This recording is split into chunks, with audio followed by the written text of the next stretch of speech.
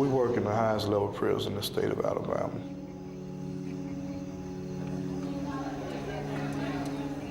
We house all type, from 6 months all the way up to death row. We have them all here.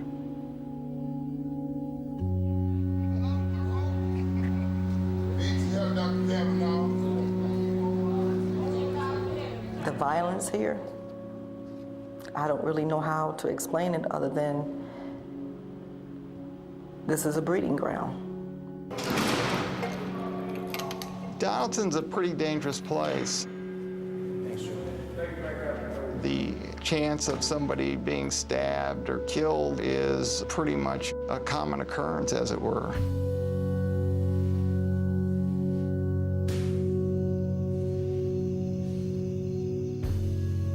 There we were in Alabama, a very strong Christian part of the country, in one of the United States' worst prisons, and we were teaching the teachings of the Buddha.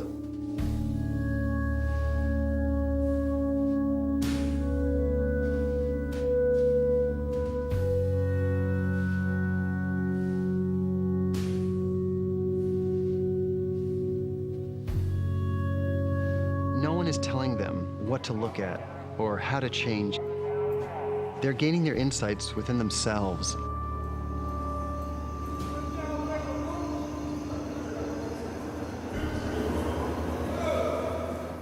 Life without parole doesn't mean that you're to be punished or worked or any of that. It means you're to be warehoused till you die.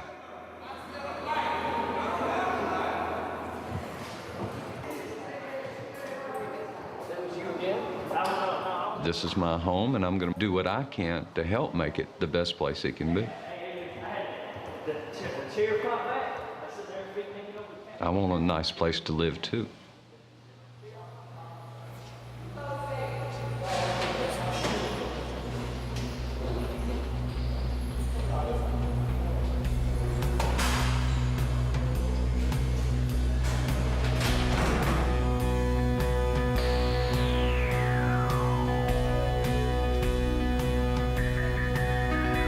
The best way to describe a prison is to think of it as a small city.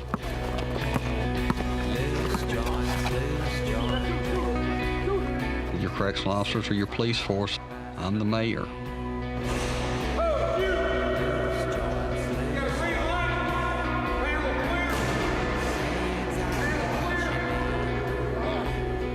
Just like you have people that are of great influence on the street, you have inmates in here of great influence with other inmates. You have organized crime inside of a prison that are controlling illicit activities, from prostituting inmates to drugs to gambling. And that's a constant battle for us to keep under control.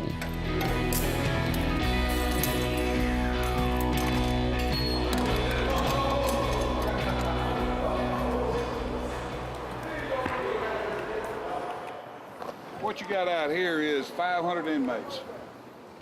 4 dormitories this way with 110 per dorm, and B dorm with 116 down here. That's Tower 4. That's the sally port where any vehicles come in and out of the institution. All towers are armed. I have segregation, so I put them under investigation or detention and lock them up.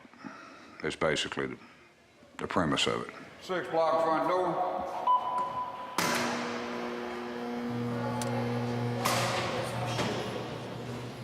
We have a lot coming and a lot going. Too many of them do come back.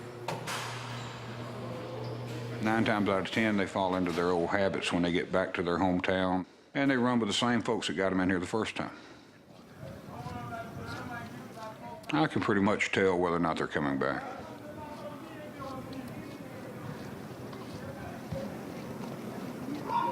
The majority of my time I've been in prison, I've been in segregation.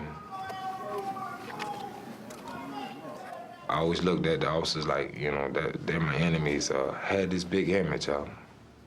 You know, I felt like I had to have this image to survive in this environment. I thought I wanted was just another chance to go back and go to school. Another chance at life. You know, I wouldn't have achieved anything. It would have been like back on the same path again.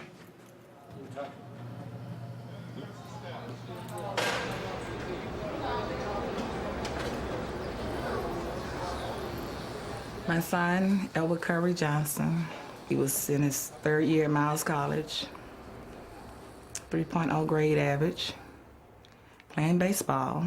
The scouts was looking at him for pro. He had just made a decision to turn his life around. But sometimes your first impression always be your last impression. Even when you try to change, sometimes others do not understand. June the 2nd, 1991, if my behind been at home, then I wouldn't have to worry about being in prison. I take responsibility for my actions now. I did do that first. I was like, man, these folks throw me in prison like this, huh, for the rest of my life for nothing. Had to be for something else. You did something. Accept what you done and let's move on.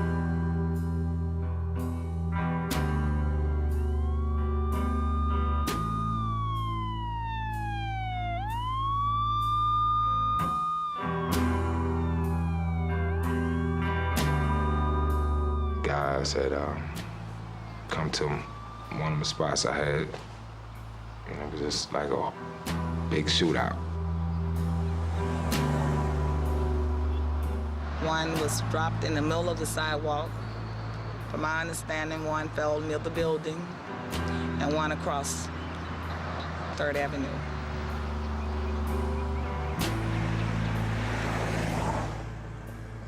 I haven't been on this street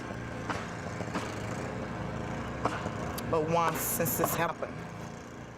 This will make my 2nd time on this street. And I try not to travel this street. I have no reason to. What's up, y'all? Did y'all win? Y'all lost by 1? What about you, Head? Oh, y'all on the same team this year? Oh, you done moved up to the big dog house. Oh, it hit me hard to find out Ed went through what he was going through. But he wasn't really one going through anything. It was us. And I didn't realize it. I cry a little bit, but I don't cry much. See how I got in your head? Go ahead. Sometimes I just hate that he in there. And I wish he can just come home.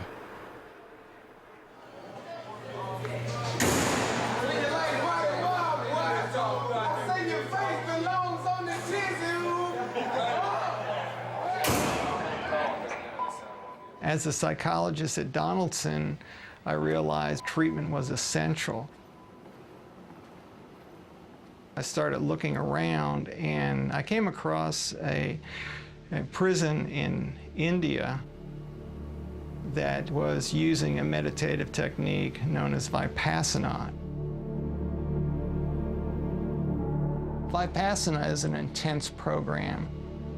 The inmate has to go through it 24 hours a day, meditating for hours on end for a 10-day period of time. That particular program seemed to have a calming effect on that population. So I was thinking perhaps we could take that program and transplant it into Donaldson and run it as a regular program. When people say, gee, you're the first prison in America to actually do this program, it just sort of is incomprehensible. I've heard Vipassana, Vipassana. My main supervisor was telling me, he said, Biggie, how you say that word? Is it Vipassana? I said, no, it's Vipassana.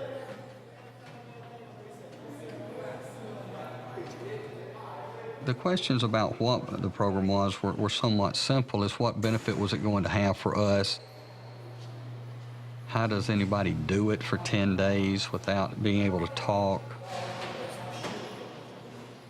No telephones, no TV, nothing to read. And that just seemed like an incredible task to overcome. I need to sit the program so I'll have a better idea of what it's about, but I'll be honest with you, it's rather intimidating.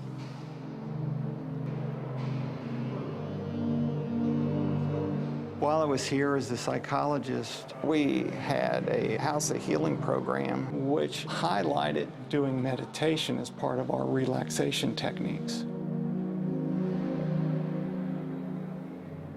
It turned out that the inmates are very receptive to meditative practices. Vipassana really takes it one step further, and that goes to the sensation level, to where it puts you literally in touch with your bodily sensations to realize these sensations are driving your behavior. My name is Benjamin Bedegwa Iwamba Oriang. Everybody calls me OB. I'm the one who helps facilitate the House of Healing class and almost all the other mental health workshops here. Generally speaking, these are things which we pick up. You know, these are things which change the culture. I want to help people. You know, that's one thing I want to do, is to help people. Different experiences with our families, with our peers, in school. The work which is done through all these courses, all the classes and whatnot, including the Vipassana class, this is something that should be used for personal development, personal growth. You know, so irrespective of whether someone is free or whether someone is incarcerated, I think such work should be done if one wants to grow personally.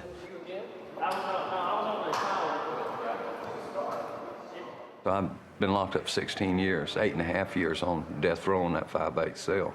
And every morning I'd have to get up and live with the fact that I have isolated myself from everybody that I loved, isolated everybody I loved from me, and pretty much wrecked their lives. I had small children. They had to grow up in this community where their father has done this horrific act. You know, they had to go to school with kids that your father is a murderer. I thought I had a real good life going, and I blew it.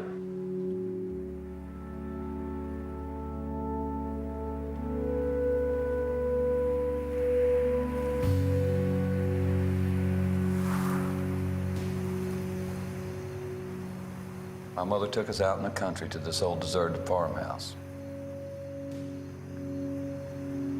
She didn't know what to do. She didn't think she could raise us. She got us out of the car, set us on the front steps, and she told me, "I want you all to be good. I love you all, and I'll be back in a little while." She hugged me, hugged Danny, got in the car and left.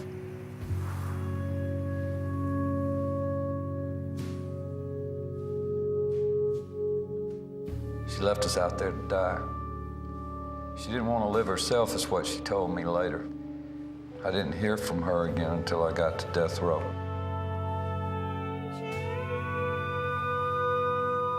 But I was so drunk, by the time that they had started stabbing the guy, I turned into a coward.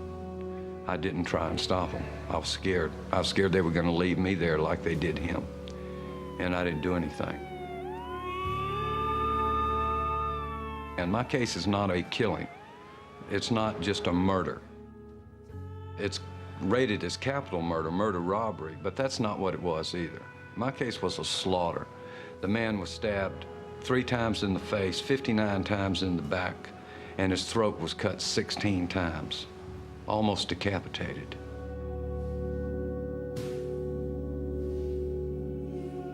I'd just as soon have been killed like that man was and left there with him. Then the people that really matter to me wouldn't have been through what they've been through.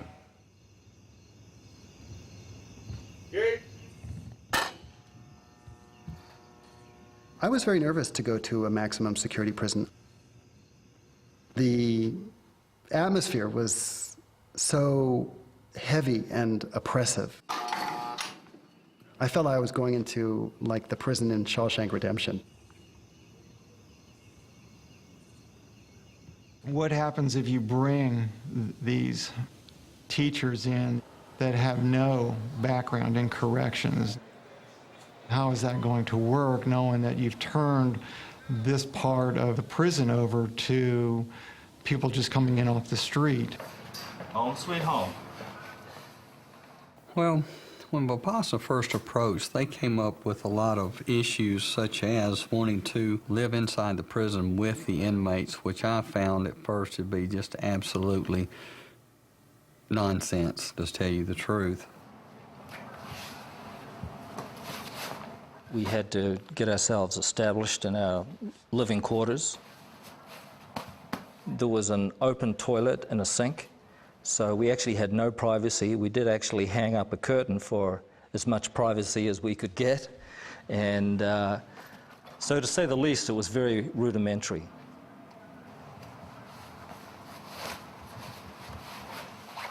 That place became our haven.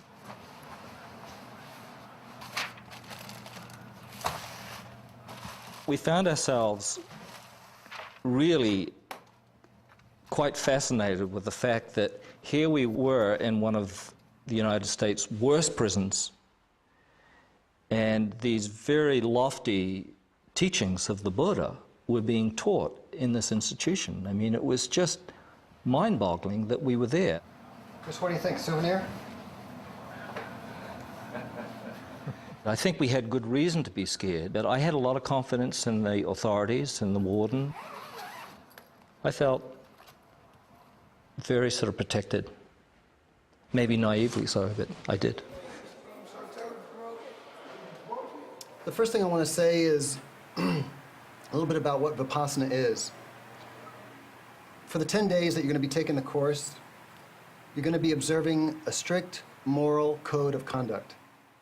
We go through a much more involved orientation process for the inmates so that we acclimate them to the course and allow them to let their decision to take the course sink in such a way that if they feel that this is not the time for them to sit a course, they can comfortably decide not to before the course actually begins.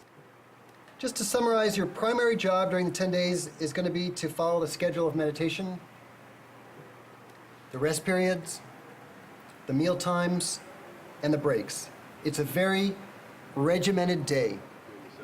It's in many ways stricter than your normal prison daily schedule.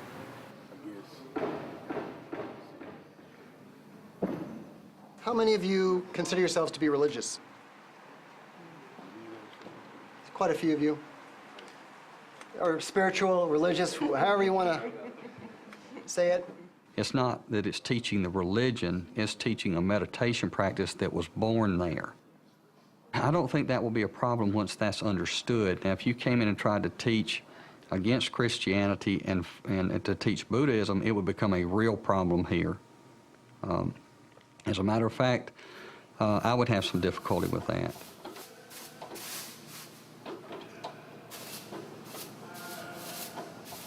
This West Gym will be locked down. The inmates will not be able to go out, and inmates from the outside will not be able to come in. This is very much a monastic setting, in a sense, or a prison within a prison.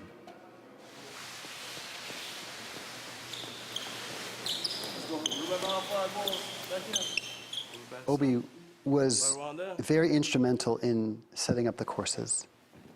Anyway, that'll do. We put the duct tape, we duct tape it all up, it should be fine. We got matching tape now. Wow. That's great. We've got some gray one too, which we could use for the edge of the white. He told me that he had started meditating, and so I asked him, "You've started meditating? What's going on?" And I mean, I've always been apprehensive about these things. He explained to me that it is to relax you and enable you to focus on controlling your emotions. He went through a whole length of things, but I was just concerned about his well-being. What I noticed about OB is that he seemed to be more calm, more at peace with himself. He seemed to have that sense of purpose.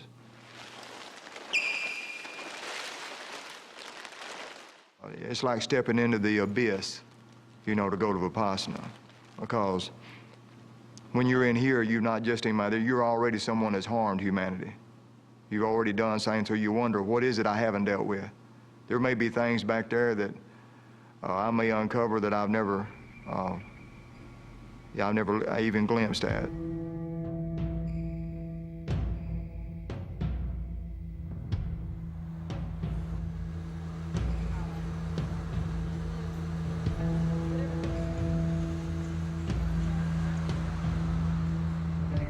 This woman came out from the back. I asked for her money. I told her to lay down on the floor, and that didn't seem to satisfy me. So I told her to get up. When she walked by me, I stabbed her to death many, many times. You really don't feel. You've got this, this place where it's like things are not real. And until you get stopped by life itself, where you have to stop and take note of what you've done, what's going on with you, then you just continue.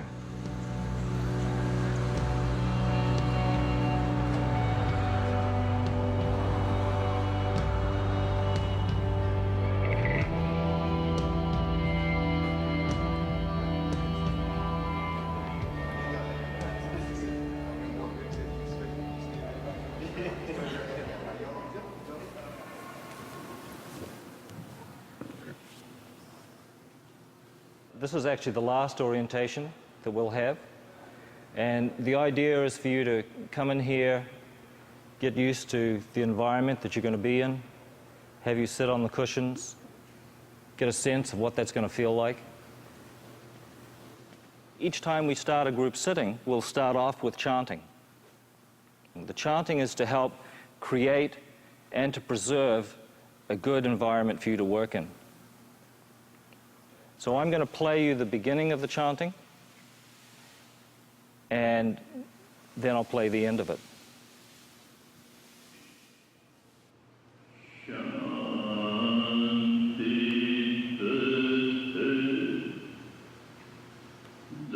Being someone as talkative as much as I am, shutting up for 10 days is just critical mass. You know, that's serious. That's almost to drive you into hysteria by itself. What's 10 hours going to look like? You know, what's it going to do to your back? It don't matter how much yoga I've done or other things, I still know that my legs, the circulation cuts off.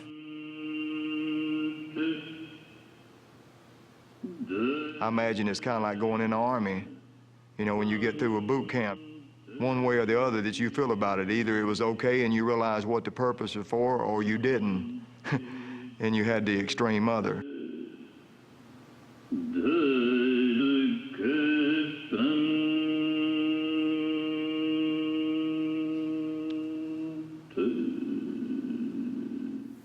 So I wish you all the success these 10 days.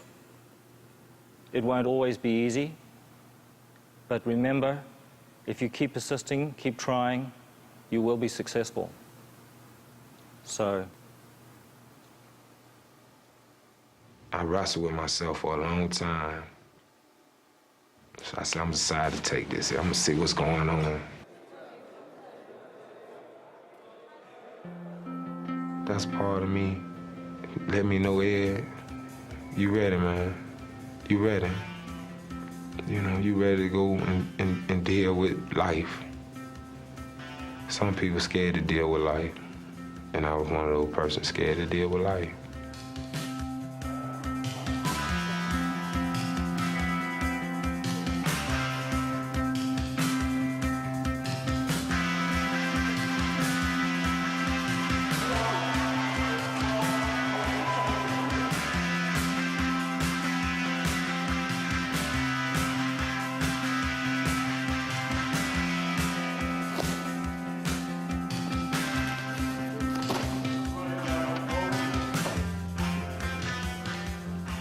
to get it going on myself.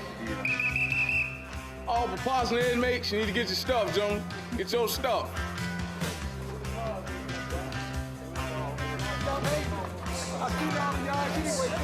All them coming? All this stuff on there?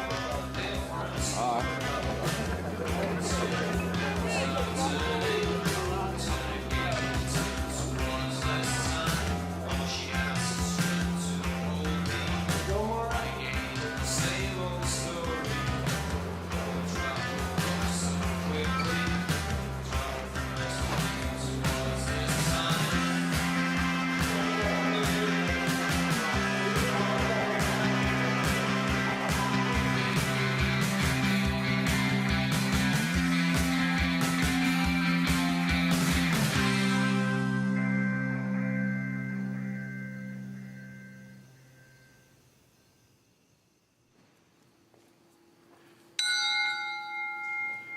I hear this sound I'm not used to, and it means it's time to get up. I would come to hate that sound.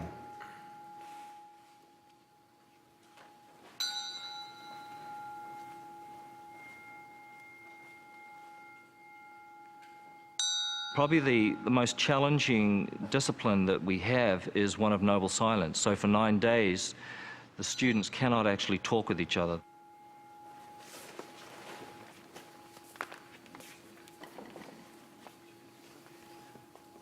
It was so quiet, you know. I hadn't been in anything that quiet since kindergarten. But it was okay.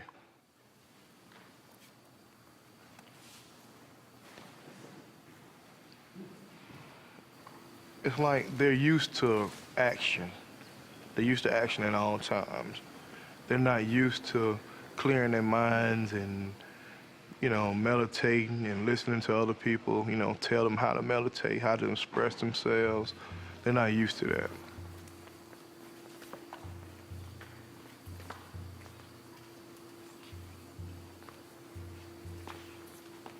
First 3 days was the rough part. At this point in time, you don't have to sit hours and hours for the first day. I'm like, okay, I can do this, I can do this. And I'm telling myself I can do this.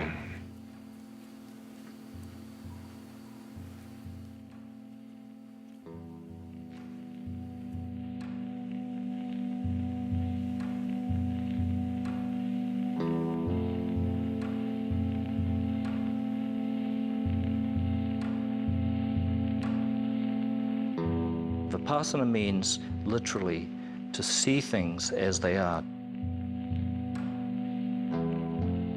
To see the reality deep inside of yourself as it really is. And that oftentimes is not a very pleasant experience initially.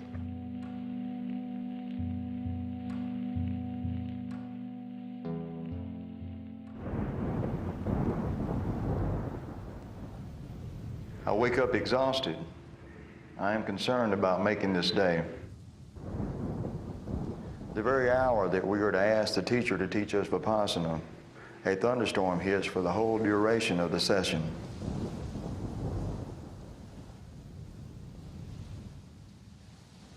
I think I was going around too serious. I went in there, I said, yeah, I'm going to do this, and I'm going to do it. Nothing's going to get in the way, and then other times so many things got in the way, and you know, then I found myself getting angry at the things which were getting in the way. You know, and that was a big storm there. Every student will face what we call a storm, where they will have a deep sense of fear, anger, depression begin to come to the surface level of the mind, and they have to face that. That is the technique of Vipassana, is to work at that depth where all that stuff comes up. I knew that I had to kind of let things go. And I realized that I was holding on to things too strongly. And that became very funny. You know, I started laughing about the way I was reacting to everything. I started laughing because I was angry. And in the midst of the laughter, it changed to tears. I was like, whoa, man, the big image, you know, you're not supposed to cry. What if somebody sees you crying?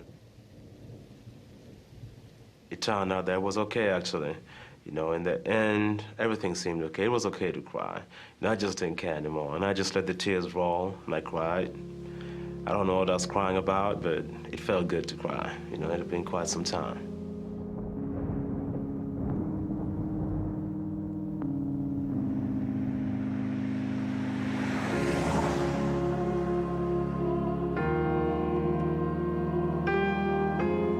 I had a friend, his mother had a lot of land out in the countryside and the outskirts of Montgomery. We used to go out there and target practice and stuff like that. Then I used to ride around with the gun all the time, in the car with me, you know. I remember when it first happened, I wept over it. It's very difficult to conceive of sitting in a car and driving down a highway and just suddenly being shot randomly. One person got killed, one person got seriously injured, and, you know, they were the subject of a lot of publicity and whatnot around here in the state of Alabama.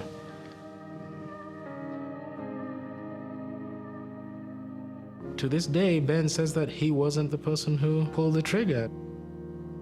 But I know that these were his friends, and if you're in company that does things like that, all of you are responsible for it. I was a stupid kid.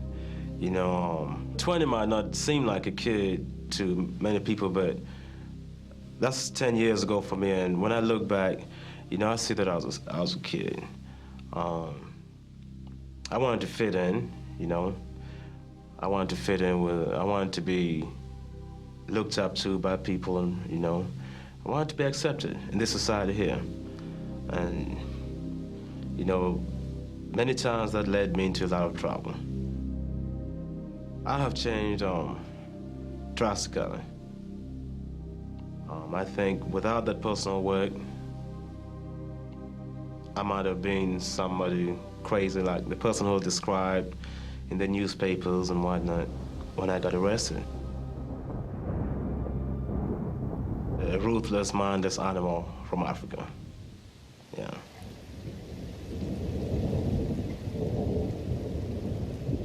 We can't really expect the men to do anything. Our job is, you know, just to give.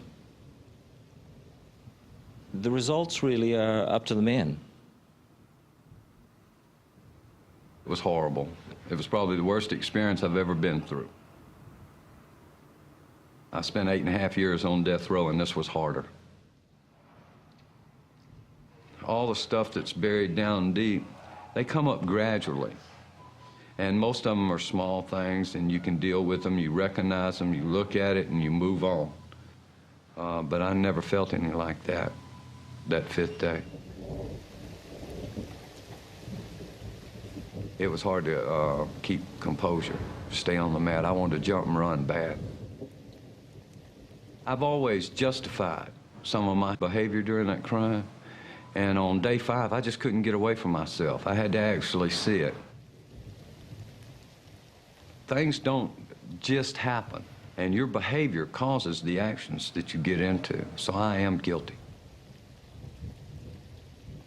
I'm guilty of the crime, whether I hit the man, whether I stabbed the man, whether I cut the man, which I didn't do any of those, but I'm just as guilty as the ones that did. It hit places in me that I didn't even know was there anymore. Places like your first child, when he gets old enough to talk and he looks you straight in the eye and he tells you, "I love you, Daddy." And you know for the first time he understands what he's saying and he means it. Those kind of places in you.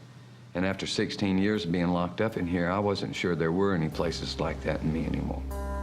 The in-breath and the out-breath. That's why they give a 10-day course instead of you come in and sit for 4 to 6 hours a day and go home. Because no, they want you there long enough that you actually deal with your stuff. Letting the thoughts go on the awareness of the breath. I believe that Grady Bankett is someone who is not going to be a threat to society his entire life. who doesn't have to be incarcerated or imprisoned his entire life to be appropriately punished for the crime he committed. I tend to disfavor these sentences that have hopelessness as a framework.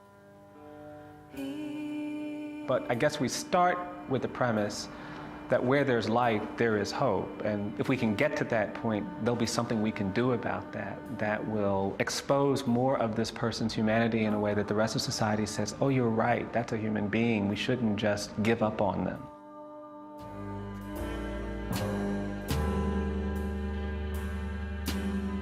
I thought my biggest fear was growing old and dying in prison. In truth, my biggest fear was growing old and not knowing myself.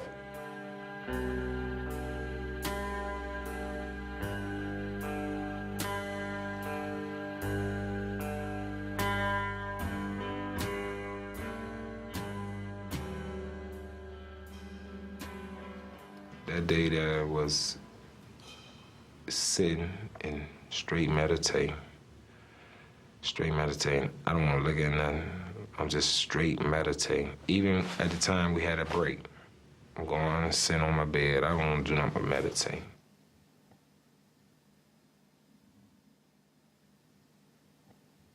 I dreamed about my daughter the third night I was in Vipassana. And I still want to just block that out in my life. You know, I don't want to deal with this. If my daughter dead, this is my baby girl. You know, I was like, I'm gonna put this out. My baby in the case, so I'm gonna put this out, lock this away. I'm not gonna deal with this here. I'll start practicing Vipassana. When I told the teacher about it, he was like, it's good, Edward. You're dealing with it. Whatever sensations you experience on the way. He was the head of a gang within the facility and was quite feared and respected in that way. He came to me and he had so much pain in his face. He says, I don't know if I can do this. I'm a really angry man. And it has a little apparatus on the playground, like a bridge. And a girlfriend of hers was playing on the bridge, and she knocked Ebony out. She hit her head. And so once she hit her head and she went into hospital, I think she stayed in a couple of days before she passed. So she died from that leg from falling off.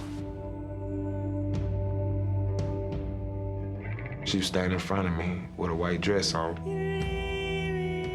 She laid in my arm and said, Dad, it's all right. I accept the fact she's in a whole nother place, but she'll always be with me. She'll always be with me. And that was a lot of stress lifted above me with that. All of that pain in his face was gone. And it was just clear. His eyes were brighter. And the whole countenance of his face was happier. And he was lighter.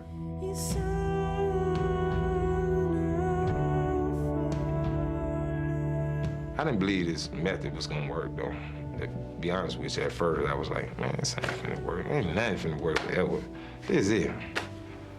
I didn't believe it was gonna work, but it worked. It's worked. It really did. The final day, after our group sitting and instructions, we break noble silence. I am proud of our group. I am so proud to call them my Dhamma Brothers. I made it. I told you, I told you would. You enjoy it? I think I got it. I know. Little Billy, I can stand these up. Once they graduate, they not only graduate with skills and techniques and values, but they also graduate with a sense of accomplishment. We had a great group. Yeah, great group. Yeah. For a lot of the inmates, that's something that they're feeling for the first time in their lives. How could I forget? One of the things that we're missing here so much that I miss personally is bonding. Because in here, away from, say, the Vipassana setting, Man, it's unusual for guys to go around hugging each other and whatnot, shaking hands and touching. 2 and 230, not 10 and 230. We're human beings, you know, these are things that we miss. And then it's growing. We growing. Yeah, you know. Because with this next group, it's going to grow even bigger. The I love you going to be even bigger. We have it there, so that's something very big. That's something so important.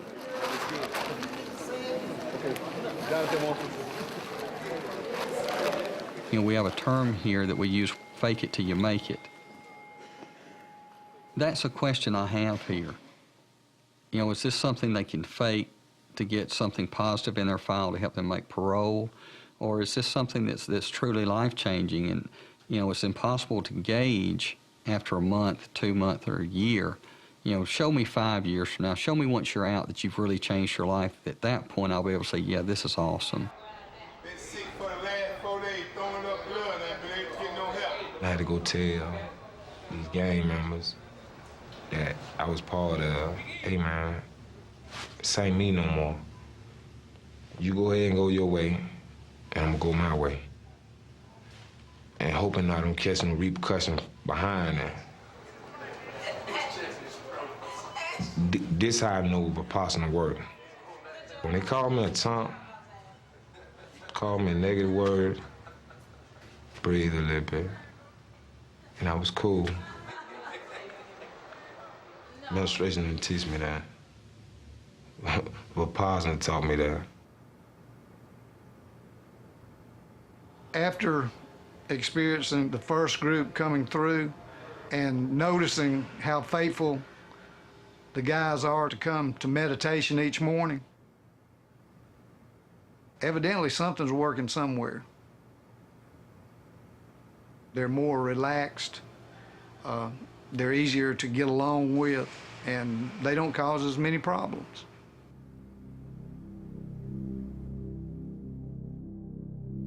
To begin with, the daily sittings were great for us. It gave us an outlet to commune with each other. It also encouraged one to continue the sittings on their own. You know, not everybody used to show up every single time, but there was the opening, there was the room for us to be able to sit.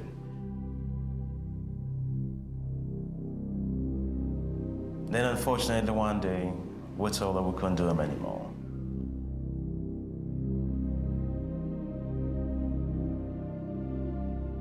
After the graduation, people associated with traditional religious programs became threatened. The chaplain services could take the prerogative simply to call the commissioner directly and say, these guys are, practicing Buddhism and they're turning all my inmates into Buddhists, so therefore you need to shut this thing down. So then the commissioner turns around and calls the warden and says, shut it down, shut the program down.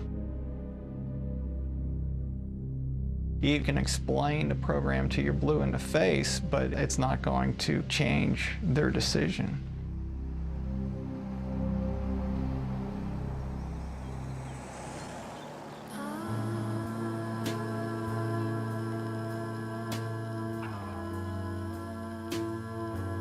Dear Bruce, I understand that this letter may take some time to get to you.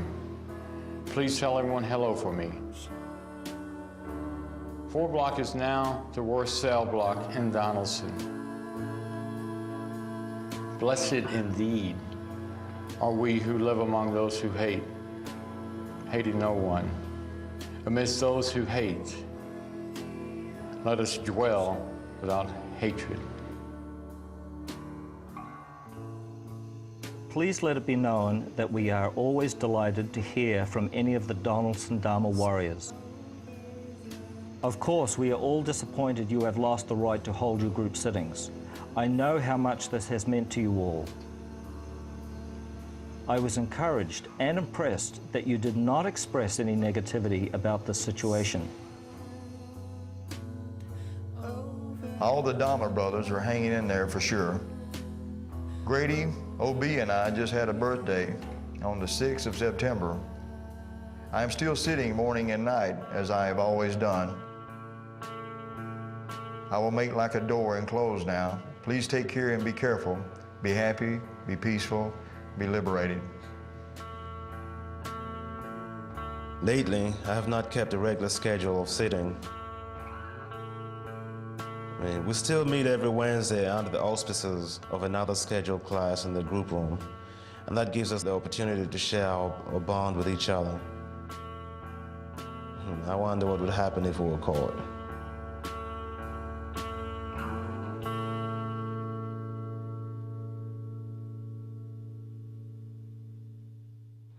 When I first got here, it was like they told me Ed's here. I was like, oh man, where is he at?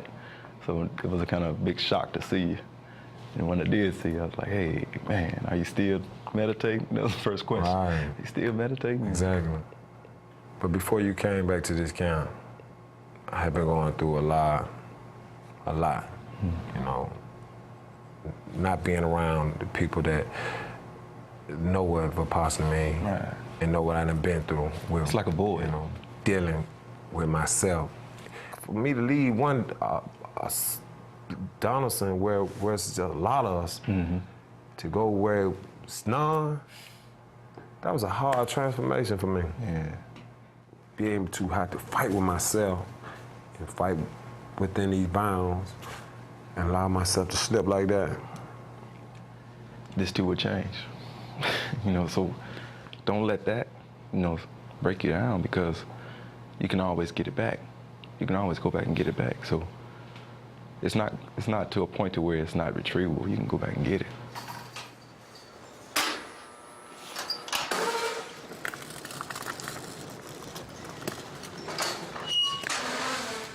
In order to bring Vipassana back at this particular time, there was a change in the administration, there was also a change in the wardens, and a change in the chaplain services. It's great to be back in Donaldson. Oh, yeah. It feels like we're coming home. It's like home. We miss you all. Yeah.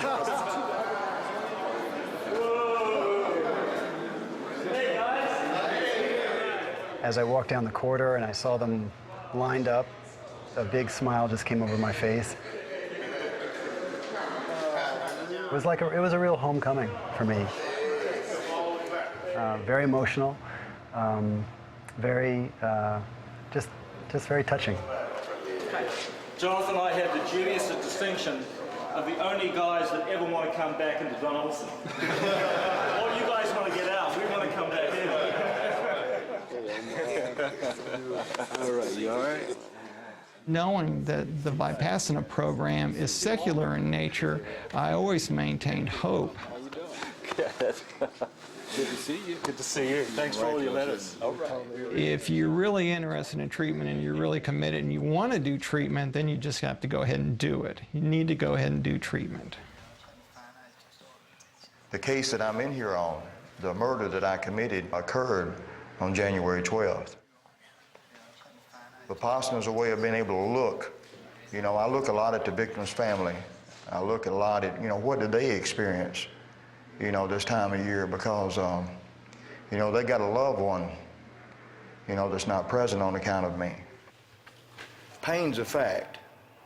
It's going to be. Hit me 25 years on it day for day. And the pain of that's with me daily. I can't get around it. I try to shake it. I try to do everything I know to do. It's true that when you start to practice Vipassana, you can't hide anymore. And some people think, oh, just because I'm doing a 10-day course, that the negativity comes up and it passes away. But really, this is the long course of life. You know, this is a lifelong effort. Like, I got life without parole. And there's a strong possibility that I may not never get out of the penitentiary. But, and all the time I was in the penitentiary, I was seeking to escape. I was real violent. You know, like my life's in constant turmoil, right? I need this. You know, like, because at a certain length of time, you know, frustration builds up. And this is like a break from everything. This is like freedom. You know, like it's setting me free, you know, so I appreciate y'all coming. I've seen drastic changes. Rick handles things far more better.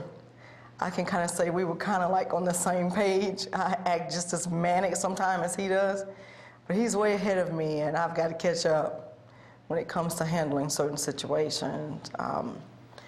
Grady, nowhere near as angry as he used to be. The guy asked me, he said, you getting a visit today? Well, today's not visiting day. I said, yeah, I'm getting a visit today. I hadn't had a visit in 3 years. Y'all coming back is a visit to me. You know, I'm glad, I'm happy. And don't work me too hard. You gotta work yourself out. They had a newscast on, and the guy sitting around the TV said, one day we were listening to it, and they said, Grady, that's your daughter they're talking about. And one of the guys that was getting the Mobile paper, there was an article in there, and sure enough, it was my daughter. And she had been murdered, and that's how I found out. I read it in the paper. My first reaction was, boy, if I could just get my hands on this cat. But that only lasted a few minutes. And it's like, what are you talking about, Grady? I can't feel that way. I don't like anything that he did. It makes me physically ill to think about what my daughter went through. But I gotta still love the guy. He's still a human, just like the rest of us. I don't like what he did. I hope he can't ever do that to nobody else ever again. But he's a human being. And if I believe anything about what I've said that I believe in, then I love him too. It's a choice. Vipassana gave me the right to make my own choice. I can choose how I want to react to this. I don't have to just react. I can't even tell you how much that surprises me that Grady Bankhead can sit here and tell you he actually did that. Because that doesn't sound anything like the Grady Bankhead I have known for 50 years. When you actually work with human beings, you realize that every person is more than the worst thing they've ever done. I mean, I think if you take, someone who tells a lie, they're not just a liar. If you take something that doesn't belong to you, you're not just a thief. Even if you kill someone, you're not just a killer. These are folks who have just been ignored and are desperate, hungry for someone to help them find a better way to cope. Now, I think it's just important that you know this, that while I understand that life in this place is sometimes hell, this is a very difficult place to live, but there are people on the outside who have tremendous compassion and love and support for you guys doing the work that you do.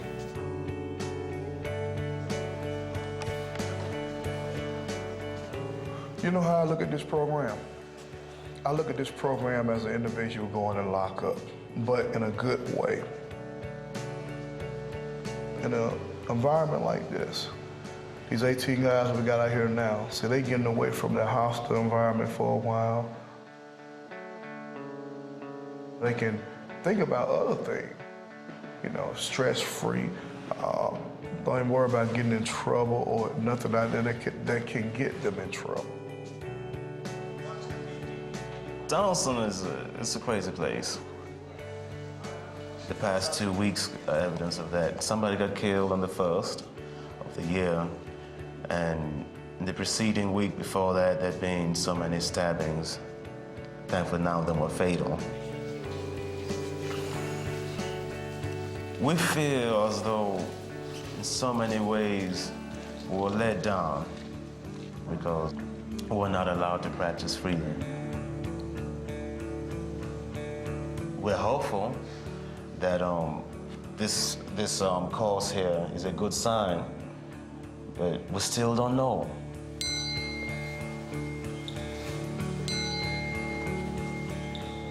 I think this institution will gain a lot from the course. If there were, say, 100 more people walking around who have the mindsets of my Dhamma brothers out there, it would make a heck of a difference.